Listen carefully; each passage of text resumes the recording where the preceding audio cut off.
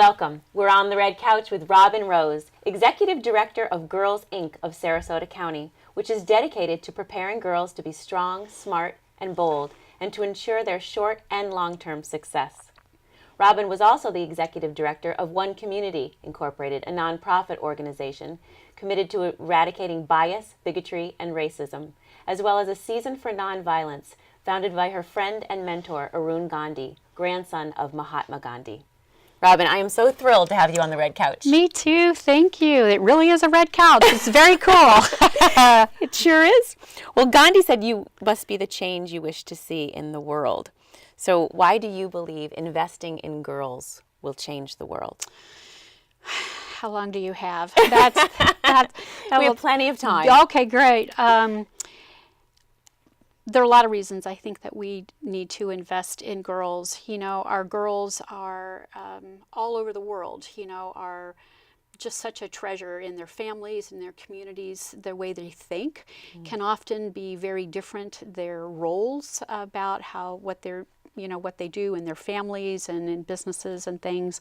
And so often, not gratefully here in the United States, but in the world, girls don't have access to education and resources and the tools that they need to be partners in their communities with their spouses, and it's just they just bring so much to the table that they're such a resource that we just need to invest in them, because I think the way that they uniquely think as well helps, I think, find really unique and creative solutions to the world's social issues and economic and political issues, and I think their voices need to be heard.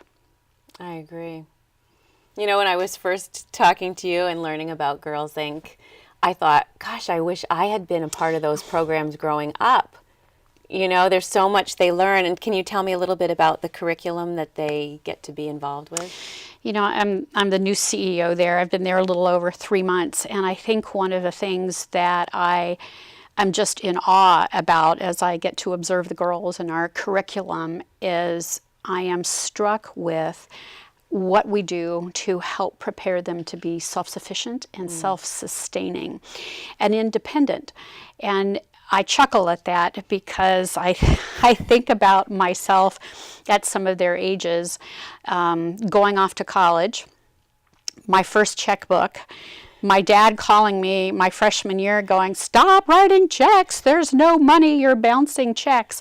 And so I think that certainly in my generation, many, many years ago, helping to develop some of the economic skills that we do, financial literacy in girls, to really help them be prepared to make good decisions for their lives and to be self-sustainable is an amazing thing that we do. I think that's one of the things that I get very excited about in our K through 8th grade curriculum, that we have a component of economic literacy, financial literacy, media literacy.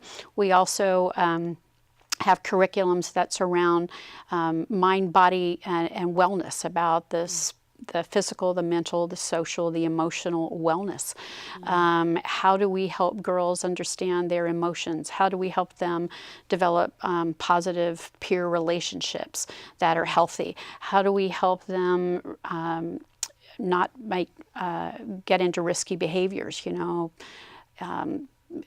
teenage pregnancy, cutting behaviors, eating disorders, some of those things that our kids, all of our kids, but our girls are really faced with. So I like to say that we are partners with families, and we are partners with the educational system, that we help to develop the whole child through all of the skills that they need throughout their lives, and to make wonderful and maybe not easy transitions, but to be able to navigate those transitions between different stages in their lives: elementary, middle school to high school, post-secondary.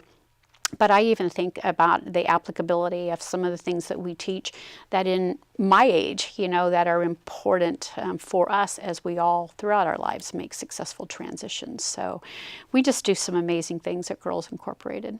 I know. It sounds so life-enhancing and helpful for your whole life. Yeah, not just your whole life. The little pieces Yes. that we all go through growing up, but It really sets the tone for how you make the transitions in life all throughout your life, because we're all making those stage of life transitions, and there's a lot of stress and strong emotion that goes with that. So, some of our curriculum helps teach coping skills and stress management and the importance of using physical activity, whatever your passion is, walking, running, jump roping, whatever that is, to be able to manage that in appropriate ways. We know through the research that emotions and stress and thoughts create or precipitate the behaviors that we see outside of us. So we teach girls about how to critically think and to problem solve, just so that they make good decisions throughout their lives. It's so important. Yeah, it is. Now, early on, you were in the airline industry. I was indeed. And then you had a life experience that really changed the trajectory of your life. Would you share that? Sure. I grew up as the daughter of an Air Force officer, lived all over the world, just became very passionate in growing up about travel and culture and everything airplanes. But when I grew up, the messages of my generation were, women couldn't be pilots, but they could be stewardesses. And so getting out of college in the mid-'70s, I honored my dream of becoming a flight attendant, at least it was at that point, and was in the airline industry for about 15 years. The tail end of my career, I was vice president of an airline company that helped new airlines get started. And I left Denver one morning to go visit my client, who was UPS Parcel Service, United Parcel Service down in Louisville, Kentucky. And I'd left Denver very early that morning. Finally get to Louisville and had a page from one of my daughters. I have three. She happened to be a junior at University of Colorado at Boulder. And she said, "Mom, call home. There's an emergency." Never the phone call that you ever like to get. You're a mom too, so you know what that can feel like. What I learned is that Columbine had happened that morning, and my youngest daughter was a freshman in high school, and their schools shared some classes at the Columbine High School, because her high school was very close, and her sister couldn't reach Ashley. So we did not know if she was on her way to the class she was taking there.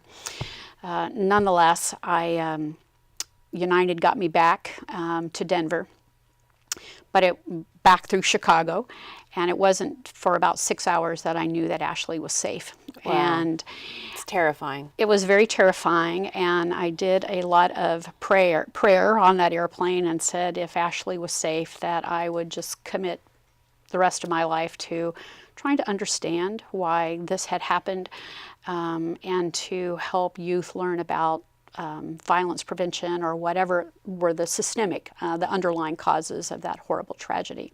Within a year, I was out of the airline industry and had gone back to school to get a master's in conflict resolution with a focus in family and youth violence. And then I took my first job as a nonprofit CEO with the grandson of Mahatma Gandhi, Arun Gandhi. He and his wife had created a nonprofit called A Season for Nonviolence. It was formed really to commemorate the anniversaries of the assassinations of his grandfather, Mahatma Gandhi, Dr. Martin Luther King. And in post-Columbine in Denver, we spent 3 years doing some amazing work together. Wow. Around teaching the principles and practices of nonviolence, and about helping kids. We did 2 amazing conferences, Peace Quest 1, Peace Quest 2, which was helping kids 6th through 12th grade really learn how to deal with bullying and how to deal with alternative methodologies to violence and things. It was a very powerful time, very healing time for us too and my family. I'm sure. What are some of the principles of nonviolence? What are some of the things that they learned at the Peace Quest 1 and 2?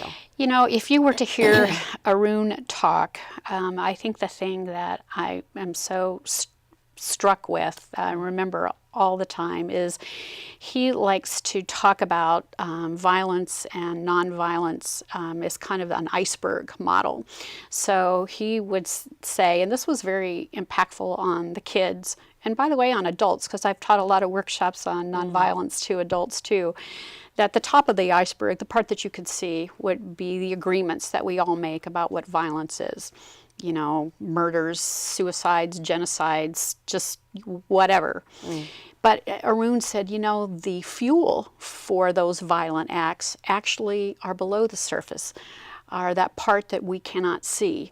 And so that could be prejudice and bias and stereotypical attitudes and beliefs. It could be just all kinds of negative thoughts about who another person is. And he equates that iceberg to a person. So we all have those attitudes, those beliefs, those thoughts and things that if we are not aware of them and find a way to manage them in appropriate ways, then it erupts into those acts of violence. And Arun likes to say, you know, if you want to stop violence, you have to remove the fuel supply, which is what's below that iceberg. And I think that's just a powerful way to kind of think about it, and also to really think about our own responsibility to do our own work around that stuff. So what's an example of something that a person could do if they realize that underneath it all they do feel maybe some dislike or hatred or something towards a certain group or something, and maybe they don't even want to feel that, but they notice that they feel that. What do you do with that? Well, I think the first step is that self-awareness, because most of the time people are very reactionary and they react out of unconscious thoughts. Right. So a lot of the stuff that we see gets fueled that. We have a thought, you know, I've been taught not to like you or distrust you or whatever. So, you know, then we react out of that. Right. But I think if you're self-aware of what your thinking is, we all have grown up with biased, prejudiced thoughts. We can't get away from those. Right. But if we can just be aware of them and go, no, I'm not going to let this trigger the way that I treat someone, that I talk with someone, that I think is the most important piece. Yeah. Also, we were talking about earlier gender inequality and kind of what that still means right now in the world. And it seems like we still face a lot of gender inequality here in the United States, even though it seems like women have come so far.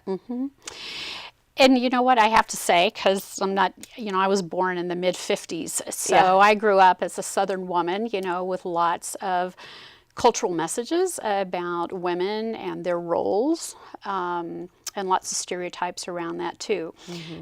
Of course, I was born in that time, but I really grew up, you know, in the whole 60s thing, where all of that was beginning to change, that whole feminist movement.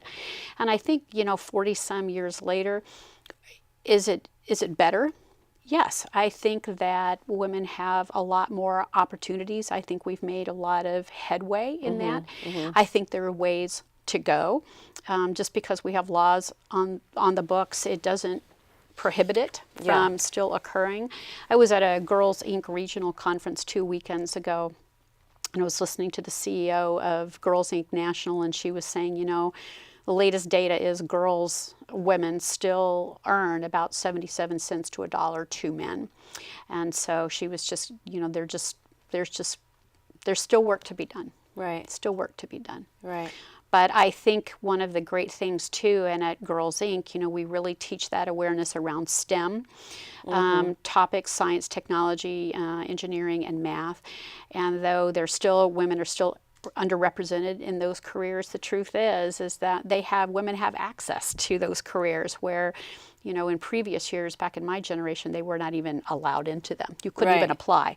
Right. So I think we have to appreciate the gifts that we have and the strides that we make, but just to continue to, I know we at Girls Inc.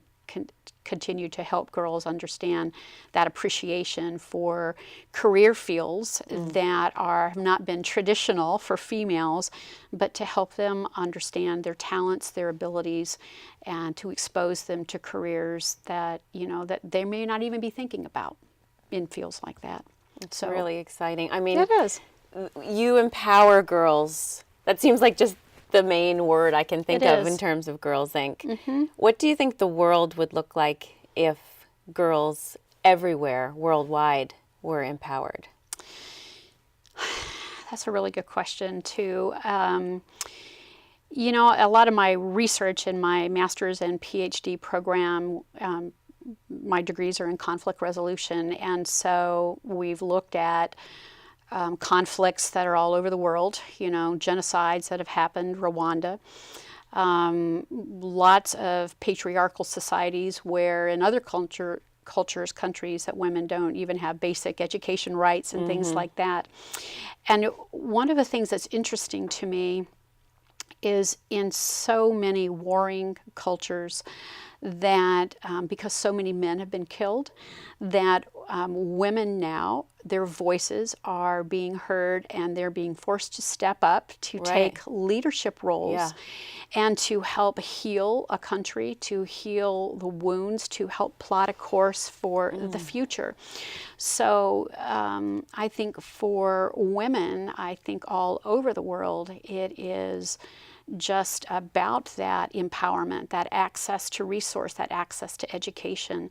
And I think it's also that education that, you know, along with our male counterparts, because it's not that one is better than the other, it's just that it's that blending of the different ways that men and women are acculturated, seeing each of them as the assets that they are and part of helping to, through different ways of thinking and being, helping to find solutions. Yeah. So I think that's a big message too at Girls Inc. because I think one of the things that, you know, having grown up and been, you know, very impressionable in that feminist movement, I just don't, you know, I want access and equality for women to be able to have some opportunities, but it's not at the expense of anybody else. And so I think that that's a really important message at Girls Inc. too, that it's around appreciation and empowerment of both genders. One of the ways I love that you empower girls is through Dream Harbor. Oh, yes, yes, yes. Can you talk a little bit about Dream Harbor and what that little society is? Yes. Dream Harbor was created as the experiential component for the lessons that the girls learn in our research-based curriculum.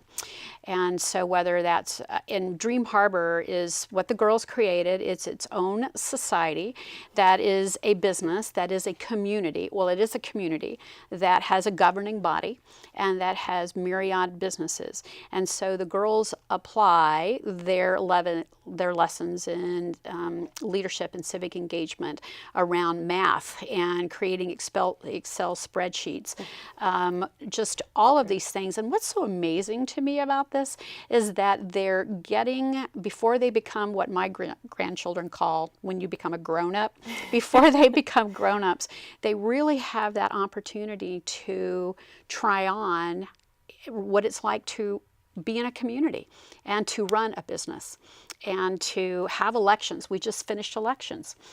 So there's a mayor of Dream Harbor, and they go through the whole election process, and they really get that appreciation for our, you know, democracy. So it's just, I like to say Girls Inc. is probably the best kept secret.